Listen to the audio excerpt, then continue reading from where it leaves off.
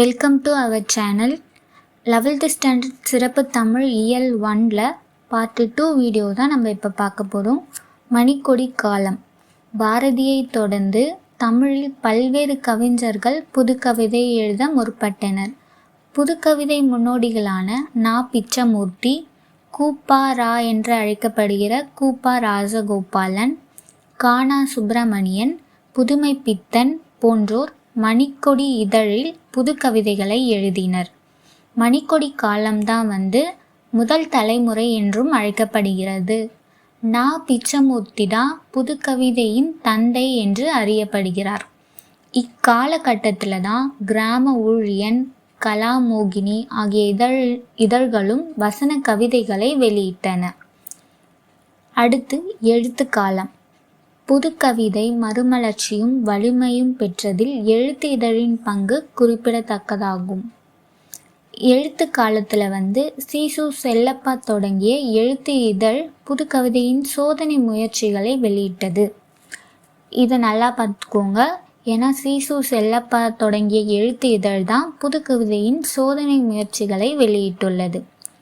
Next நா. பிச்சமூர்த்தி பெட்டிக்கடை நாராயணன், விஞ்ஞானி போன்ற கவிதைகளை எழுதியுள்ளார். இதுவும் எழுத்து காலத்தில் எழுதினது தான். நெக்ஸ்ட்டு எழுத்து இதழோடைய கவிஞர்கள் நேம்லாம் கொடுத்துருக்காங்க. இது ஒன்ஸ் பார்த்துக்கோங்க. அடுத்து லாஸ்ட் லைன் தான் ரொம்ப இம்பார்ட்டன்ட். தமிழில் புதுக்கவிதை தொகுப்பாக புதுக்குறள் என்னும் நூல் வெளிவந்துள்ளது. இந்த நூலில் 24 கவிஞர்களால் எழுதப்பட்ட 63 கவிதைகளை கொண்டது. இது ரொம்ப இம்பார்ட்டன்ட். கசடத்தப்பர காலம். 1970 வெளிவந்த கசடத்தப்பர இதழ் தான் கசடத்தப்பர காலம்னு அழைக்கப்படுறாங்க. கசடத்தப்பர இதழில் இருக்கிற 3 புதிய கவிஞர்கள் யாருன்னா ஞானக்கூத்தன், கலாப்பிரியா, கல்யாண்ஜி. இந்த காலகட்டத்தில் நடுத்தர வர்க்கத்தை சேர்ந்த நகர வாசகர்களின் உணர்வுகளை வெளிப்படுத்தியுள்ளன. அடுத்து வானம்பாடி காலம். 1971 கோவையிலிருந்து வானம்பாடி என்னும் இதழ் வெளிவந்தது. மானுடம் பாட வந்த வானம்பாடிகள் என்று தங்களை அவர்களே அறிமுகப்படுத்தி கொண்டனர். இம்பார்ட்டண்டாக இருக்கிற கவிஞர்கள் நேம் பார்க்கலாம். சிற்பி, மீரா, நா. காமராசன், மு. மேத்தா, புவியரசு, இன்குலாப், தமிழன்பன், கங்கை கொண்டான், அக்னிபுத்திரன், சக்திக்கனல், சிதம்பரநாதன் இவர்கள் எல்லாமே வானம்பாடி காலத்தில் வந்த கவிஞர்கள். எந்த ஒரு அடையாளமும் இல்லாமல் தனித்துவத்தோடு வந்தவங்க 2 பேர், அப்துல் ரஹ்மான், அபி. அடுத்து புது கவிதையின் புக்திகள். இது ஜஸ்ட் தெரிஞ்சுக்கலாம். உவமை, உருவகம், படிமம், குறியீடு, அங்கதம், முரண், ஸ்லேடை, இருண்மை இவை தான் புதுக்கவிதையினுடைய உக்திகள் என்று அழைக்கப்படுகின்றன. கவிதையினுடைய புதிய வடிவங்கள் பார்க்கலாம். Haiku, லிமரைக், senryu. ஃபஸ்ட்டு நம்ம இப்போது ஹைக்கூ பார்க்கலாம். துலிப்பா என்று தமிழில் அழைக்கப்படுகிறது. இது 16ஆம் நூற்றாண்டில் ஜப்பானில் தோன்றிய பழமையான ரென்கா பாடல் மரபிலிருந்து தான் ஐக்கூ உருவாகியிருக்கிறது. தமிழில் நமக்கு ஐக்கூவை அறிமுகப்படுத்தியவர் யாருன்னா பாரதியார். ஐக்கூ கவிதை 3 வரிகளால் ஆனது. முதல் 2 வரி கூறப்படும் கருத்தை 3வது வரி விடுவிக்கும்னு சொல்லியிருக்காங்க. ஹைக்கூ கடைசி வரியில் படிப்பவரின் மனதில் வெளிச்சமான ஒரு உணர்வை ஏற்படுத்திவிடும். ஹைக்கூக்கான கவிதை வரிகளை இங்கே கொடுத்துருக்காங்க. நம்ம அறிவு மதிது பார்ப்போம். தந்தை தந்த தாய்ப்பால் முப்பால், அகதி முகாம், மழையில் வருகிறது மண் வாசனை, பள்ளிக்கு போகாத சிறுமி செல்லம்மாய் குட்டும் ஆலங்கட்டி மழை. Next senryu, நகைப்பா. சென்ட்ரியு கவிதை என்பது ஐக்கூ கவிதையினுடைய பரிணாமமாகும். ஐக்கூவின் கட்டுப்பாடுகளை உதறிவிட்டு சுதந்திரமாக இயங்கிறது தான் சென்ட்ரியு. ஐக்கூவின் தத்துவமும் கருத்தாழமும் அதில் குறைவு. அன்றாட வாழ்வில் நிகழ்வுகளில் குறும்புத்தனமும் நகைச்சுவையும் கலந்து சென்ட்ரியு எழுதப்படுகிறது. நல்லா பார்த்துக்கோங்க. ஐக்கூனா துளிப்பா, சென்ட்ரியுனா நகைப்பா. சென்ட்ரியுக்கான தமிழன்பனுடைய கவிதை பார்ப்போம். அடடே இந்த பழம் இனிக்கும், ஏணியுடன் அதே நரி. இது தமிழன்பன் எழுதிய சென்ட்ரியுக்கான கவிதை. நெக்ஸ்ட்டு அமுத பாரதியோடது மதில் மேல் பூனை, 2 பக்கமும் நாய்கள். அடுத்து லிமரிக், இயைபு குறும்பா என்று தமிழில் அழைக்கப்படுகிறது. லிமரிக் கவிதை 5 அடிகளை கொண்டிருக்கும். முதல், 2ஆம் மற்றும் கடைசி அடிகளில் உள்ள கடைசி சொற்கள் ஒலி ஒற்றுமையை கொண்டு மழலையர் பாடல்கள் போல் இருக்கும்னு சொல்லியிருக்காங்க. இதுக்கான எக்ஸாம்பிளும் கொடுத்துருக்காங்க. ஈழத்து கவிஞர் மகாகவியின் லிமரிக் கவிதை ஒன்று கொடுத்துருக்காங்க. முத்தெடுக்க மூழ்குகின்றான் சீலன், முன்னாலே வந்து நின்றான் காலன், சத்தமின்றி வந்தவனின் கைத்தலத்திற் 10 முத்தை, பொத்தி வைத்தான் போனான் முச்சூலன். இக்கவிதை ஊழலை நையாண்டி செய்யப்படுகிறது. நெக்ஸ்ட்டு லிமரிக்கு, இயைபு துளிப்பா என்று தமிழில் அழைக்கிறாங்க. ஹைக்கூ கவிதையின் 3 அடி எல்லையையும் லிமரிக் கவிதையின் இயைபையும் கொண்டது தான் லிமரிக்கு. இது வாழ்வியலை நகைச்சுவையோடு வெளிப்படுத்துவது. தமிழில் முதல்ல லிமரிக்கு எழுதியவர் ஈரோடு தமிழன்பன். லிமரிக்கு கவிதைகளும் கீழே கொடுத்துருக்காங்க, ஜஸ்ட் ஒன்ஸ் ரீட் பண்ணிக்கோங்க. நெக்ஸ்ட்டு மீராவின் குறும்பாக்கள். ஈழத்து கவிஞர் மகாகவி எழுதிய லிமரிக் கவிதையினால் பெரிதும் கவரப்பட்ட கவிஞர் மீரா. அதனுடைய தாக்கத்தினால குறும்பாக்களும் எழுதியிருக்காரு. இவர் குக்கு என்னும் தலைப்பில் தொகுப்பாகவும் கவிதைகளை வெளியிட்டிருக்காரு. ஜஸ்ட் ஒன்ஸ் ரீட் பண்ணிக்கோங்க. இதோட புதிய வடிவங்கள் முடிஞ்சிச்சு. நெக்ஸ்ட்டு மொழிபெயர்ப்பு கவிதை. மொழிபெயர்ப்பு கவிதை என்பது இன்னொரு மொழியிலேருந்து தமிழ் மொழிக்கு மொழியாக்கம் செய்கிறது, அப்படி இல்லைன்னா தமிழ் மொழியிலேருந்து இன்னொரு மொழிக்கு கவிதைகளை மொழிபெயர்ப்பு செய்கிறது. இது ஜஸ்ட் ஒன்ஸ் ரீட் பண்ணிக்கோங்க. கீழே எக்ஸாம்பிளாக மராத்திய கவிதையின் தமிழ் மொழிபெயர்ப்பு என் பசி என்னும் தலைப்பில் கொடுத்துருக்காங்க. ஜஸ்ட் ஒன்ஸ் ரீட் மட்டும் பண்ணிக்கோங்க. நாட்டுப்புற பாடல்கள். சமுதாயத்தின் நாகரிகம், பண்பாடு, கலை ஆகியவற்றை வெளிப்படுத்தும் கால கண்ணாடியே நாட்டுப்புற பாடல். உழைக்கின்ற மக்களுடைய களைப்பு தெரியாமல் இருப்பதற்காக, தம் வாழ்வில் ஏற்பட்ட அனுபவங்களை வெளிப்படுத்துவதற்காக இந்த நாட்டுப்புற பாடல்கள் பாடியிருக்காங்க. நாட்டுப்புற பாடல்களுடைய வேறு பெயர்கள் நாடோடி பாடல், பாமர பாடல், மரபு வழி பாடல், ஏட்டில் எழுதா கவிதை, மக்கள் பாடல், பரம்பரை பாடல், நாட்டார் பாடல் என்று பல பெயர்களை அழைச்சிருக்காங்க. நெக்ஸ்ட்டு மக்கள் வாழ்வோடு பிணைந்த நாட்டுப்புற பாடல்கள்னு பார்த்திங்கன்னா தாலாட்டு பாடலாக, தெம்மாங்கு பாடலாக, விளையாட்டு பாடலாக, கும்மி பாடலாக, ஒப்பாரி பாடலாக, தொழிற்பாடலாக, வழிபாட்டு பாடலாக பல்வேறு வடிவங்களை கொண்டிருக்கு. வில்லிசை, பொம்பலாட்டம், தெருக்கூத்து, கரகாட்டம், ஒயிலாட்டம், கும்மியாட்டம் ஆகிய நாட்டுப்புற கலை வடிவங்களில் நாட்டுப்புற பாடல் தன் ஆற்றலை வெளிக்காட்டுகின்றது. நாட்டுப்புற பாடலுக்கான எக்ஸாம்பிள் பாடலும் கொடுத்துருக்காங்க. விறகுடிக்கும் பெண் என்ற தலைப்பில் வேகாத வெயிலுக்குள்ளே ஏத்தில்லேலோன்னு கொடுத்துருக்காங்க. அந்த பாடலும் பார்த்துக்கோங்க. தாயை இழந்த மகள் பாடுவதுன்னு 4 வரி கொடுத்துருக்காங்க, அதுவுமே பார்த்துக்கோங்க. லாஸ்ட்டு நாட்டுப்புற பாடல்கள் உள்ளத்தின் உணர்வுகளை அப்படியே கொட்டும் பாடல்கள் என்றும், உணர்ச்சிகளும் சொல்வளமும் இயல்பாக இருந்திருக்கிற பாடல்கள் என்றும் கூறியிருக்காங்க.